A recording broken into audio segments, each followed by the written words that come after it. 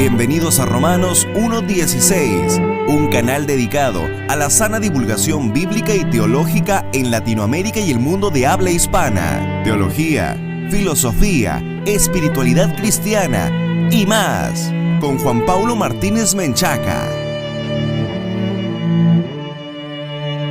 Bienvenidos, estimados amigos y patrocinadores, a un nuevo programa de el podcast de Romanos 1:16. Yo soy JP Martínez. Muchas gracias por estar en contacto con nosotros. Si esta es la primera vez que escuchas el podcast de Romanos 1:16, te queremos dar la bienvenida. Este es un programa pensado para ti que deseas aprender más de Dios y de su palabra. El podcast de Romanos 1:16 es posible gracias a los patrocinadores que están hombro con nosotros en esta tarea de divulgación bíblica y teológica para la gloria de Dios. Te queremos invitar a que te unas a nuestra gran comunidad en www.patreon.com/JPauloMartínez. Vas a acceder a recursos exclusivos, pero además a la oportunidad de apoyar la sana divulgación bíblica y teológica en el mundo de habla hispana. Quiero enviar un especial saludo a mis compañeros del curso de bibliología en el Seminario Teológico de Dallas. Les envío un fraternal saludo a la distancia. Que Dios los bendiga siempre. Pues hoy vamos a hablar de la confiabilidad de las Escrituras y para ello vamos a revisar 3 hechos indisputables que debemos reconocer. Dice la Sagrada Escritura en Números 23, versículo 19, Dios no es un simple mortal para mentir y cambiar de parecer. ¿Acaso no cumple lo que promete ni lleva a cabo lo que dice? Así que, estimados amigos, Dios no engaña a nadie. Por el contrario, Él arranca de las mentiras a las personas que oyen su voz. Fíjese lo que Jesús indicó en Juan 17, versículo 17, y allí dice el Señor que Dios siempre dice la verdad. Dice la Sagrada Escritura, santifícalos en tu verdad, tu palabra es la verdad. Así que estamos ante un primer hecho incontrovertible.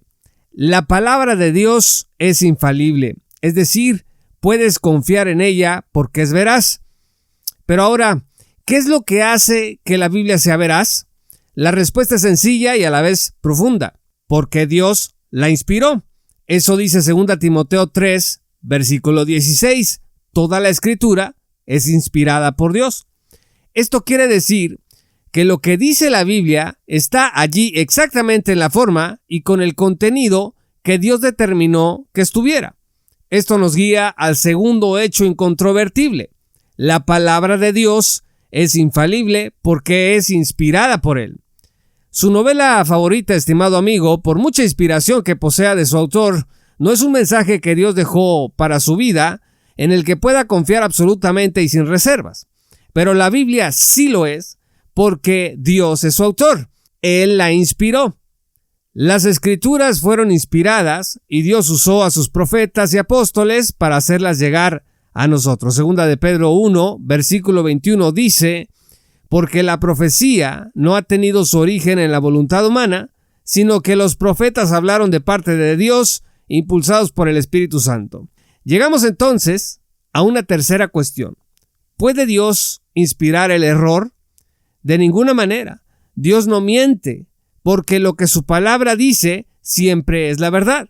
Él es digno de confianza y desde esa integridad divina es que usó a otros seres humanos para comunicarnos su voluntad en las Escrituras.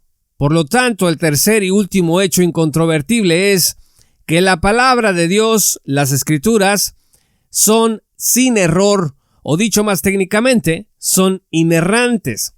La inerrancia de las Escrituras significa, dice Emilia Erickson, que cuando la Biblia se interpreta correctamente a la luz de su contexto cultural y según su propósito, es completamente cierta en todo lo que dice. Fíjense que en 1978 los evangélicos en Estados Unidos se unieron para redactar el documento titulado La Declaración de Chicago sobre Inerrancia Bíblica.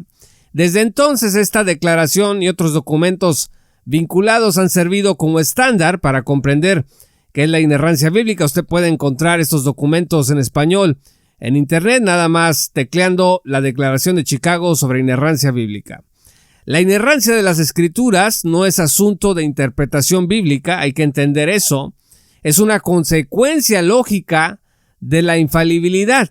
Si Dios siempre habla la verdad, entonces nunca habla error ni promueve engaño. Por eso decimos que la Biblia carece de error, que es inerrante.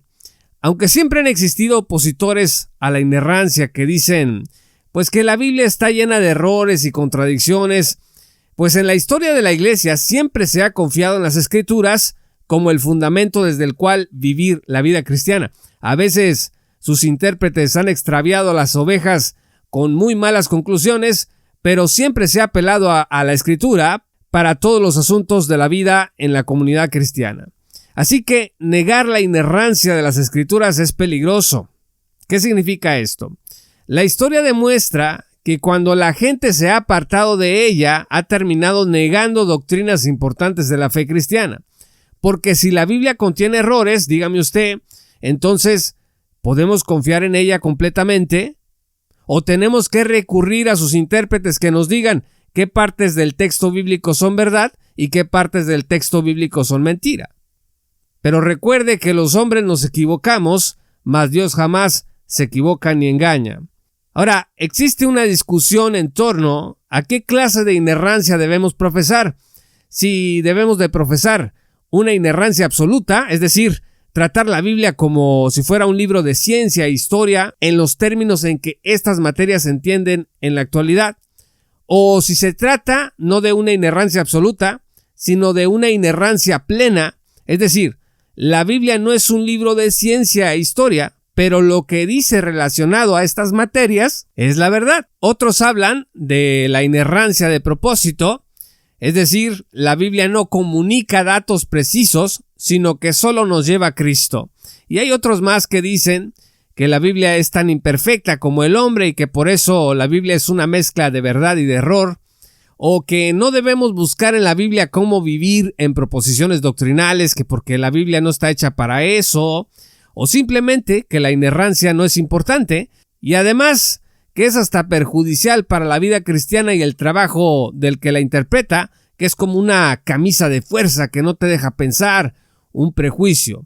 Desde luego que estas últimas ideas en específico, pues no las podemos compartir. La inerrancia de las Escrituras es una consecuencia lógica de la infalibilidad, de la inspiración de las Escrituras. No es una camisa de fuerza que no nos deje pensar, ni mucho menos, porque además la inerrancia no es un artículo de la interpretación, no es un elemento de la exégesis, de la hermenéutica, como ya hemos mencionado. Así que entre todas estas ideas podemos estar de acuerdo en que la Biblia, aunque no es un libro de ciencia ni historia en el sentido técnico moderno, lo que pueda decir al respecto es verdad. Hay que aceptar también que aquellas dificultades y aparentes contradicciones en el texto bíblico pues tienen solución, y si no la tienen aún, eso no quiere decir que nunca la vayan a tener. No creemos en la inerrancia, dice el Dr. Glenn Crader, porque no sepamos todas las respuestas. Hay que seguir investigando. Por otro lado, el contraste entre la ciencia y la historia y la Biblia a veces presenta algunos problemas. En este caso, lo más sabio es esperar a que, como ha pasado muchas otras veces en el pasado, nuevos hallazgos y explicaciones acaban confirmando lo que el texto bíblico ha dicho ya por varios siglos. El Salmo 119, 160 dice: «La suma de tus palabras es la verdad.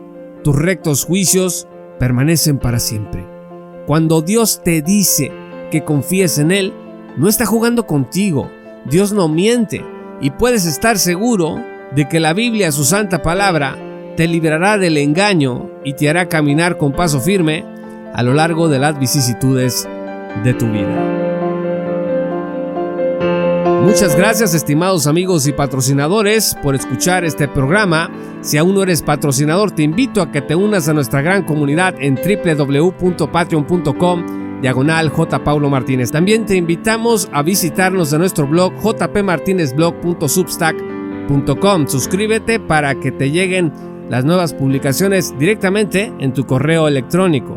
Síguenos en nuestras redes sociales como @jpmartinezblog. Muchas gracias, yo soy JP Martínez y esto fue un episodio de el podcast de Romanos 1:16. Que el Señor los bendiga hasta que volvamos a encontrarnos. Esto fue Romanos 1:16 con Juan Paulo Martínez Menchaca. Únete como patrocinador y apoya la sana divulgación bíblica y teológica en América Latina. Romanos 1:16. Todos los derechos quedan reservados.